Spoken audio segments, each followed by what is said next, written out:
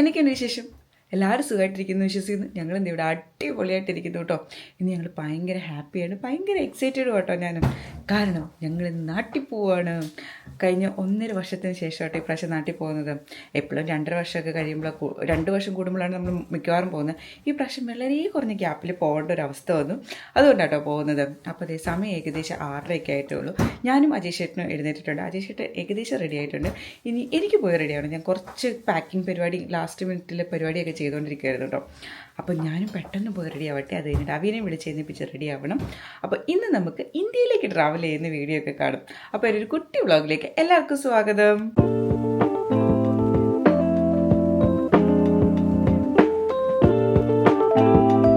ഇന്നലെ വൈകുന്നേരം തന്നെ സാധനങ്ങളൊക്കെ അത്യാവശ്യം പാക്ക് ചെയ്ത് വെച്ചിട്ടുണ്ടായിരുന്നു. ഇപ്പോൾ 2-3 ദിവസം ആയിട്ട് ഇവിടെ പാക്കിങ്ങും കാര്യങ്ങളും ഒക്കെ ആയിരുന്നു. അജയ് ചേട്ടൻ ഇവിടെ എഴുന്നേറ്റ് ഡ്രസ്സൊക്കെ തേച്ചുകൊണ്ട് നിൽപ്പുണ്ട്. അപ്പം ഞാൻ പെട്ടെന്ന് ഇനി പോയി കുളിച്ചിട്ട് വരട്ടെ, എന്നിട്ട് വേണം അവീനെ വിളിച്ചെഴുന്നേൽപ്പിക്കാനായിട്ട്. അങ്ങനെ തന്നെ നമ്മൾ എഴുന്നേറ്റ് റെഡിയായി എല്ലാം സെറ്റായിട്ട് പോകാനായിട്ട് അവി എഴുന്നേറ്റിട്ടുണ്ട്. അജയ് ചേട്ടനും പെട്ടിയും തൂക്കലും കാര്യങ്ങളും എല്ലാം കഴിഞ്ഞു കേട്ടോ. എല്ലാ സാധനവും വെച്ച് കഴിഞ്ഞിട്ട് നമുക്ക് എക്സ്ട്രാ ലഗേജ് ഒന്നുമില്ല, കറക്റ്റായിട്ട് എല്ലാം നമ്മൾ സെറ്റ് ചെയ്തിട്ടുണ്ട് കേട്ടോ. ഇനി പോയാൽ മതി.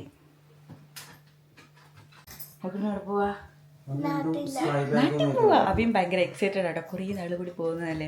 അപ്പം അവന് തോട്ടി ചാടാൻ എന്നുള്ളതാണ് മെയിൻ ആഗ്രഹം. അപ്പം അതിൻ്റെയൊക്കെ ഒരു എക്സൈറ്റ്മെൻറ്റിലാണ് അവിക്കൊരു രാവിലെ വിളിച്ചപ്പോൾ പെട്ടെന്ന് ചാടി എഴുന്നേൽക്കുകയൊക്കെ ചെയ്തു കേട്ടോ. അപ്പം ഇനി കുറച്ച് പരിപാടിയും കൂടി ഉണ്ട് കേട്ടോ എനിക്ക് വീടിൻ്റെ അകത്ത് ചെയ്യാനുള്ളത്. അപ്പോൾ അതും കൂടെ ചെയ്തിട്ട് നമുക്ക് ഇപ്പോൾ സമയം ഏകദേശം 8 മണിയായിട്ടുണ്ട്. 8:30 ആകുമ്പോഴത്തേക്ക് നമ്മുടെ ക്യാബ് വരും. നേരെ റെയിൽവേ സ്റ്റേഷനിൽ നിന്ന് പിന്നെ ഹീത്രോ എയർപോർട്ടിൽ നിന്ന് പിന്നെ അല്ലേ അപ്പോൾ പോണ വഴി ഇനി ബാക്കി കാര്യങ്ങളും കഥകളും ഒക്കെ പറയാം കേട്ടോ. എല്ലാ പരിപാടികളും കഴിഞ്ഞു. ഇനി ലാസ്റ്റായിട്ട് ഒരൊറ്റ പരിപാടിയേ ഉള്ളൂ. ചെടികളെയൊക്കെ ഒന്ന് വെയിലത്തുനിന്ന് മാറ്റി വെക്കണം കേട്ടോ. ഞാൻ ഇന്നലെ തന്നെ ഫുഡും കാര്യങ്ങളും ഒക്കെ കൊടുത്ത് നല്ല സെറ്റ് ചെയ്ത് വെച്ചിട്ടുണ്ടായിരുന്നു. ഒന്ന് പുതിയ മണ്ണൊക്കെ ഇട്ടോ. ഇനി നമുക്കിതിന് ലാസ്റ്റായിട്ട് കുറച്ച് വെള്ളം കൂടി ഒഴിച്ചു കൊടുക്കാം കേട്ടോ. ഇപ്പോൾ സമ്മർ ആയതുകൊണ്ട് ഇതിനെയൊക്കെ ഒന്ന് വെയിലത്തുനിന്ന് മാറ്റി വെക്കണം. അങ്ങനെ നമ്മുടെ ക്യാബ് വന്നിട്ടുണ്ട്. നമുക്ക് പെട്ടെന്ന് ഇറങ്ങി പോകാം കേട്ടോ. ഓൾറെഡി 2 ബാഗ് നമ്മൾ താഴെ കൊണ്ട് വെച്ചിട്ടുണ്ടായിരുന്നു. കാരണം ക്യാബ് വന്നു കഴിയുമ്പോൾ പോകാൻ കുറച്ച് പാടാണല്ലോ എല്ലാം കൂടി എടുത്തിട്ട് അന്നേരം. അതുകൊണ്ട് ഇതേ ലാസ്റ്റ് ഒരു ബാഗും കൂടി ഉള്ളൂ. അങ്ങനെ നമ്മൾ ഡ്രൈവർ ചേട്ടനും എല്ലാവരും കൂടി ഒന്ന് ഹെൽപ്പ് ചെയ്തിട്ടോ നമ്മൾ ബാഗൊക്കെ എടുത്ത് വെച്ചത്. റെയിൽവേ സ്റ്റേഷനിൽ എത്തിയപ്പോഴത്തേക്കും നമ്മുടെ ട്രെയിനൊക്കെ വന്നിട്ടുണ്ടായിരുന്നു. അങ്ങനെ നമ്മൾ ട്രെയിൻ കയറി. അവിടെ ബാഗ് വെക്കാനൊക്കെയുള്ള സ്ഥലമുണ്ട് കേട്ടോ ഇവിടെ ട്രെയിനിൽ പോകുമ്പം. അങ്ങനെ അതെല്ലാം ചെയ്ത് ഒന്ന് സെറ്റ് ആവാനുള്ള സമയം നമുക്ക് ട്രെയിനിൽ കയറിയിട്ടുണ്ടായിരുന്നുള്ളൂ കേട്ടോ. അങ്ങനെ നമ്മൾ നല്ല അതിമനോഹരമായ കാഴ്ചകളൊക്കെ കണ്ട് ലിവർപൂൾ സ്ട്രീറ്റ് എത്തി കേട്ടോ. ഇനി ഇവിടെ നമുക്ക് ഒരു ട്രെയിനും കൂടെ പിടിക്കണം. നമുക്ക് എയർപോർട്ടിന് എത്തണമെങ്കിൽ ഇവിടുന്ന് ഡയറക്റ്റ് ട്രെയിൻ കിട്ടും. ടെർമിനൽ 4-ലേക്കോ 5-ലേക്കോ എങ്ങോട്ട് വേണേലും. എന്നെ അവിടെ നിർത്തിയിട്ട് ഇവർ രണ്ടും കൂടെ വാഷ്റൂമിൽ പോയിട്ട് വന്നാൽ കേട്ടോ. അങ്ങനെ നമ്മൾക്ക് ഇനി പെട്ടെന്ന് ഹീത്രൂയിലേക്ക് പോവാം. അങ്ങനെ ഹീത്രൂയിലെത്തി നമ്മുടെ ബാഗൊക്കെ ഒന്ന് പാക്ക് ചെയ്തെടുക്കണം. കാരണം ഇനി ഉള്ളിൽ കയറി കഴിഞ്ഞിട്ടുണ്ടെങ്കിൽ പാക്ക് ചെയ്യാനൊന്നും പറ്റത്തില്ല. അപ്പോൾ നമ്മൾ എപ്പോഴും 2 ബാഗൊന്ന് ഇങ്ങനെ റാപ്പ് ചെയ്തെടുക്കും കേട്ടോ. അങ്ങനെ കണ്ടത് ഞങ്ങൾ ചെക്കിനും കാര്യങ്ങളും എല്ലാം കഴിഞ്ഞ് സെക്യൂരിറ്റി ചെക്കും എല്ലാം കഴിഞ്ഞ് അകത്ത് കയറിയിട്ടോ. അകത്ത് കയറി ഫുഡ് കഴിക്കാൻ അവർക്ക് വിഷമില്ല, ഭയങ്കര കരച്ചിലോട്ടോ.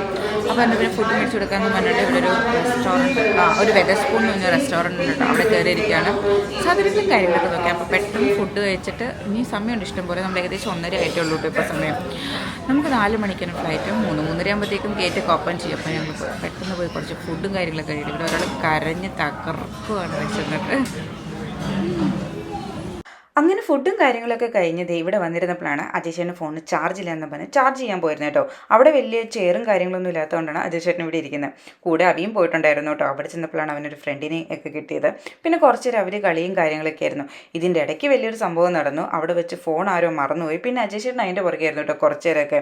പിന്നെ നമ്മുടെ ഫ്ലൈറ്റ് കുറച്ച് ഡിലേ ആയിരുന്നു. അതുകൊണ്ട് അതിൻ്റെ പുറകെ ഓടാനുള്ള സമയമൊക്കെ അജയ്ശേട്ടന് കിട്ടി കേട്ടോ. പിന്നെ അവിടെ സെക്യൂരിറ്റിക്കാരുടെ കയ്യിൽ ഏൽപ്പിക്കുകയോ അങ്ങനെ എന്തൊക്കെയോ പരിപാടിയായിരുന്നു. അങ്ങനെ ഓൺ ബോർഡിംഗ് ഒക്കെ കഴിഞ്ഞു. നേരെ കയറിയ ഉടനെ അജയ് ചേട്ടൻ ഓരോ സിനിമയും കാർട്ടൂണും കാര്യങ്ങളും ഒക്കെ വെച്ചിട്ടുള്ള പരിപാടിയായിരുന്നു കേട്ടോ. ഞാൻ വേറെ എന്തൊക്കെയോ പരിപാടിയിലായിരുന്നു. കൂടുതലും നേരം ഞാൻ നിൽക്കലായിരുന്നു കേട്ടോ. അങ്ങനെ നമ്മുടെ വണ്ടി ടേക്ക് ഓഫ് ഒക്കെ ചെയ്തു. ഇനി ഏകദേശം ഇത് ദോഹയിൽ ലാൻഡ് ചെയ്യാറായപ്പോൾ ഉള്ളൊരു സീനാട്ടോ. നമ്മൾ ഏകദേശം ഒരു 12 മണിയൊക്കെ ആയപ്പോഴാണ് അവിടെ ലാൻഡ് ചെയ്തത്. അത് ദോഹയിലെ ലാൻഡിങ് ടൈം കേട്ടോ. ഇപ്പം ഫുഡും കാര്യങ്ങളും ഒക്കെ കഴിഞ്ഞ് അവ നല്ല ഉഷാറായിട്ട് എഴുന്നേറ്റുണ്ട്.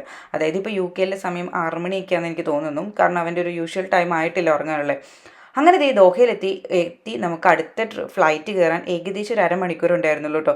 അതുകൊണ്ട് ഞങ്ങൾ സത്യം പറഞ്ഞാൽ ഓടിപ്പോയാണ് ഫ്ലൈറ്റ് കയറിയത്. പിന്നെ ഒരു കാര്യം എന്താണെന്ന് വെച്ചിട്ടുണ്ടെങ്കിൽ ഇവിടെ നിന്നുള്ള ഫ്ലൈറ്റും നമുക്ക് കുറച്ച് ഡിലേ ആയിരുന്നു കേട്ടോ. അതുകൊണ്ട് തന്നെ എന്താ പറയുക, ഓടിപ്പിടിച്ച് കയറാൻ പറ്റിയെന്ന് വേണമെങ്കിൽ പറയാം. പിന്നെ എൻ്റെ ഈ പ്രാവശ്യത്തെ ട്രാവൽ കൂടുതൽ നേരം നിന്നുള്ള ട്രാവലായിരുന്നു കേട്ടോ. കാരണം സയാറ്റിക്ക് കാരണം എനിക്ക് നല്ല ബാക്ക് പെയിൻ ഉണ്ടായിരുന്നു. അപ്പം അതിൻ്റെ ട്രീറ്റ്മെൻറ്റും കാര്യങ്ങളൊക്കെ ഇവിടെ UK നടക്കുന്ന സമയത്താട്ടോ ഞാൻ ട്രാവൽ ചെയ്യുന്നത്. ട്രാവൽ ചെയ്യാൻ വലിയൊരു എന്താ പറയുക അത്യാവശ്യ കാര്യമുള്ളതുകൊണ്ട് തന്നെയാണ് ട്രാവലിങ് ചെയ്യുന്നത്. നമ്മൾ മുംബൈയിൽ ലാൻഡ് ചെയ്യാറായപ്പോഴത്തേക്കും ഏകദേശം സമയം 7 മണി 7:30 ആയിട്ടുണ്ടായിരുന്നു കേട്ടോ. അതുകൊണ്ട് തന്നെ നല്ല മാരക വ്യൂ ആയിരുന്നു കേട്ടോ താഴത്തേക്ക്. ഞങ്ങൾ കുറേ നേരം നോക്കിയിരിക്കുമായിരുന്നു കേട്ടോ. പിന്നെ ഇപ്പോൾ എനിക്കിങ്ങനെ ഫ്ലൈറ്റിൽ വരുമ്പം ഇങ്ങനെ ഈ ലാൻഡ് ചെയ്യാറാവുന്ന സമയമൊക്കെ ആകുമ്പോഴത്തേക്കും താഴത്തേക്ക് നോക്കുമ്പോൾ ഭയങ്കര വൊമിറ്റിംഗ് ടെൻഡൻസി ആട്ടോ. എന്താണെന്നറിയത്തില്ല, താഴത്തേക്ക് നോക്കാതെ നോർമലായിട്ട് ഇരുന്നിട്ടുണ്ടെങ്കിൽ കുഴപ്പമൊന്നുമില്ല. ആദ്യമൊന്നും ഇല്ലായിരുന്നു. ഇപ്പോൾ വന്നപ്പോഴാണ് ഓരോരോ പുതിയ സംഭവങ്ങൾ. അപ്പം എന്ത് ചെയ്യും, നമ്മൾ ലാൻഡ് ചെയ്യാറായി. ഞങ്ങൾ ഭയങ്കര എക്സൈറ്റഡ് ആട്ടോ മുംബൈയിൽ ലാൻഡ് ചെയ്യാനായിട്ട്. അങ്ങനെ നീണ്ട 5 വർഷങ്ങൾക്ക് ശേഷം ഞങ്ങളിത് മുംബൈയിൽ ലാൻഡ് ചെയ്തേക്ക് കേട്ടോ. നമ്മൾ ഇപ്രാവശ്യം വന്ന മുംബൈയിലേക്കായിരുന്നു. ഇവിടെ കുറച്ച് പരിപാടിയും കാര്യങ്ങളുണ്ട്, അതുകൊണ്ടാട്ടോ മുംബൈയിലേക്ക് വന്നത്. നമ്മൾ നാട്ടിലേക്ക് ഇപ്പം വരാനുള്ള കാരണം തന്നെ ആ പരിപാടിയും കാര്യങ്ങളൊക്കെയാണ്. ഇതൊന്ന് പ്ലാൻ ചെയ്തായിരുന്നില്ലായിരുന്നു കേട്ടോ. അപ്പോൾ പെട്ടെന്ന് വന്നു, പെട്ടെന്ന് ബുക്ക് ചെയ്ത് പോകുന്നതാണ്. അപ്പോൾ ഇവിടുത്തെ പരിപാടിയും കാര്യങ്ങളും എന്താണെന്നുള്ളത് വരുന്ന വീഡിയോകളിലൊക്കെ പറയാം കേട്ടോ. അപ്പോൾ ഇവിടെ കുറച്ച് ദിവസമുണ്ട്, അത് കഴിഞ്ഞ് നമ്മൾ നേരെ നാട്ടിലേക്ക് പോകും. പിന്നെ അവിടെ നിന്ന് തിരിച്ച് ലാൻഡ്. അപ്പോൾ ഞങ്ങൾ ഇറങ്ങി അജേഷേട്ടൻ്റെ അനിയനും വൈഫൊക്കെ വിളിക്കാൻ വന്നിട്ടുണ്ട്. അപ്പോൾ എല്ലാവരും കാണാനുള്ള ഒരു എക്സൈറ്റ്മെൻറ്റും പിന്നെ മുംബൈയിൽ ഇത്രയും വർഷം കൂടി വരുന്നതിൻ്റെ ഒരു എക്സൈറ്റ്മെൻറ്റും എല്ലാം ഉണ്ട് കേട്ടോ. പിന്നെ ചൂട് കുറച്ച് കൂടുതലാണെന്ന് തോന്നുന്നു, എങ്ങനെയാണെന്ന് അറിയത്തില്ല. അപ്പോൾ നമുക്ക് അവയാണെങ്കിൽ ഇവിടെ കിടന്ന് നല്ല ഉറക്കം കേട്ടോ. പുള്ളിയുടെ ഉറക്കം മാത്രം ഈ ട്രാവലിൽ ശരിയായിട്ടുണ്ട്. എൻ്റെ അജേഷേട്ടൻ്റെ ഉറക്കമൊക്കെ നല്ല ബോറായിരുന്നു. അപ്പോൾ ഞങ്ങൾ ഇറങ്ങാൻ നോക്കിയിട്ട് ഏകദേശം ഇറങ്ങാൻ സമയമായിട്ടുണ്ട്. 5 വർഷം കൂടി മുംബൈ വരുന്നതിൻ്റെയും ആദ്യമായിട്ട് മുംബൈ എയർപോർട്ട് കണ്ടതിൻ്റെ എക്സൈറ്റ്മെൻറ്റ് എല്ലാം എനിക്കുണ്ടായിരുന്നു കേട്ടോ. പക്ഷേ ഈ എക്സൈറ്റ്മെൻറ്റ് ബാഗേജ് കളക്ഷൻ വരെ ഉണ്ടായിരുന്നുള്ളൂ. അവിടെ ചെന്നപ്പോഴാണ് നമ്മൾ അറിഞ്ഞത് നമ്മുടെ 3 ബാഗ് മിസ്സിംഗ് ആണ്, ഒന്നും എത്തിയിട്ടില്ല എന്ന്. പിന്നെ അവർ ഡീറ്റെയിൽസും കാര്യങ്ങളൊക്കെ എഴുതി വെച്ചു, നാളെ വൈകുന്നേരത്തേക്ക് ഡെലിവറി ചെയ്യുമെന്ന് കേട്ടോ പറഞ്ഞിട്ടുണ്ടായിരുന്നത്. അങ്ങനെ ബാഗേജ് ഒന്നും ഇല്ലാതെ വെളിയിൽ ഇറങ്ങിയപ്പോഴത്തേക്കും അജേഷൻ്റെ അനിയനും വൈഫും ഒക്കെ നമ്മളെ കൂട്ടാൻ വന്നിട്ടുണ്ടായിരുന്നു. ഇനി പോയി ഡ്രസ്സും കാര്യങ്ങളും എല്ലാം വാങ്ങണം, A to Z കാര്യങ്ങൾ. അതിൻ്റെ ഒരു നല്ല ഫ്രസ്ട്രേഷനിലാട്ടോ ഞങ്ങൾ 3 പേരെന്ന് പറയുന്നത്. ഒരു ഡ്രസ്സ് പോലും ഇല്ല കയ്യിൽ. ഇനി ലഗേജ് ഒന്നും ഇല്ലാത്തതുകൊണ്ട് നമ്മൾ വിചാരിച്ചു മെട്രോയും അതുപോലെ തന്നെ ലോക്കൽ ട്രെയിനും ഒക്കെ കയറി പോകാമെന്നുള്ളത്. അപ്പോൾ ഇതിൻ്റെ ബാക്കി അപ്ഡേറ്റും കാര്യങ്ങളൊക്കെ അടുത്ത വീഡിയോയിൽ പറയാം. കാരണം ഇത്ര ആയപ്പോഴത്തേക്കും എൻ്റെ മൂഡ് മൊത്തം പോയിട്ടുണ്ടായിരുന്നു. അപ്പോൾ എൻ്റെ ഒരു കുട്ടി വ്ളോഗ് എല്ലാവർക്കും ഇഷ്ടപ്പെട്ടു എന്ന് വിചാരിക്കുന്നു. അപ്പോൾ പുതിയൊരു വീഡിയോ ആയിട്ട് കാണാം. ബൈ.